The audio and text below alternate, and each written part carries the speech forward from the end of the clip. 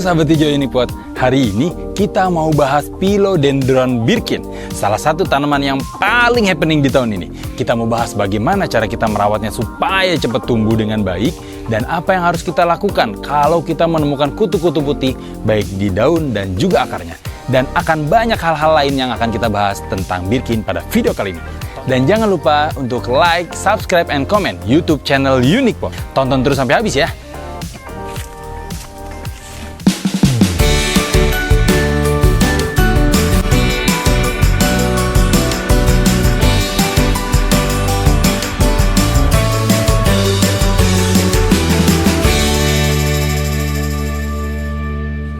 Oke sahabat hijau Unipot semua, dari sekian banyak jenis-jenis Philodendron, Birkin menjadi salah satu yang paling populer.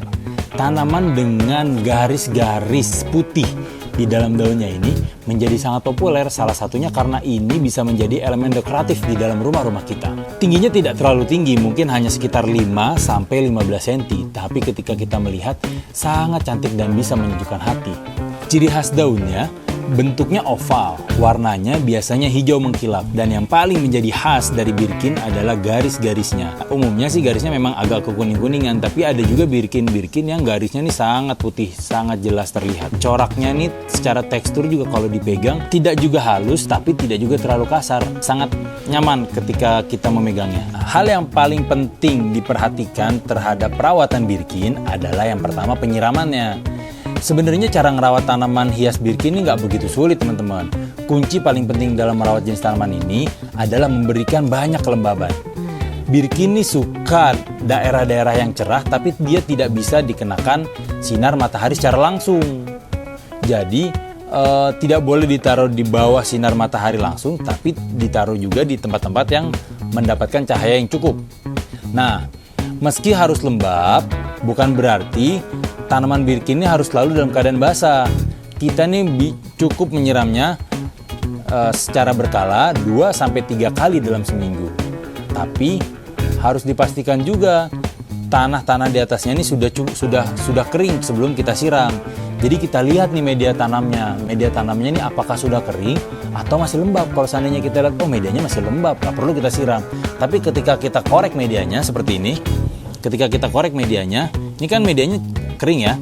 Ketika kita korek sekitar 1-2,5 cm, teorinya sih 2,5 cm, tapi pada realitanya kita korek aja. Ketika sudah kita korek sekitar 1 cm, oh ternyata ini medianya sudah kering. Nah itu tandanya tanaman Birkin kita sudah perlu disiram. Disiramnya juga teman-teman, perhatikan ketika kita menyiram. Ketika kita menyiram, kita harus siram sampai air dari bawah potnya itu menetes. Biasanya kan pot-pot ini di bawahnya memang harus ada lubangnya kan. Ketika kita siramnya sampai seberapa lama? Sampai air di bawahnya menetes. Ketika air di bawahnya sudah menetes, oh itu berarti sudah cukup penyiramannya.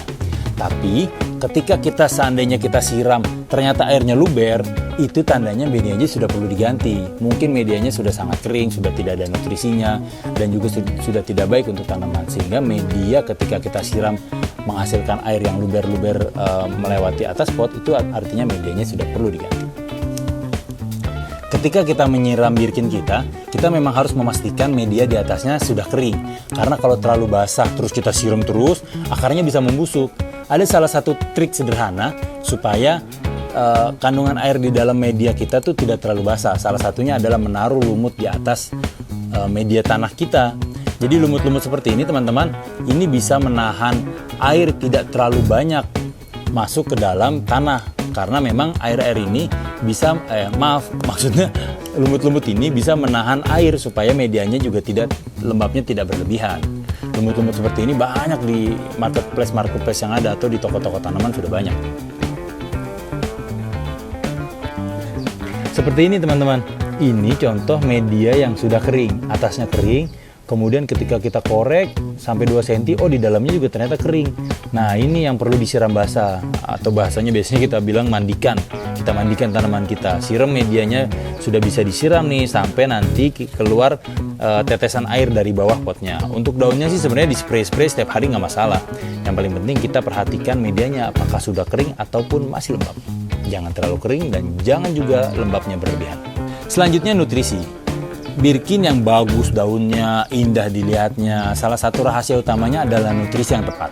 Biasanya NPK-nya itu harus seimbang, nitrogen, fosfat, dan juga kalium. Bergantung nih teman-teman, kalau seandainya Birkinnya masih kecil, biasanya Birkinnya masih kecil bahkan lebih kecil dari ini, NPK-nya tuh komposisinya perbesar nitrogen.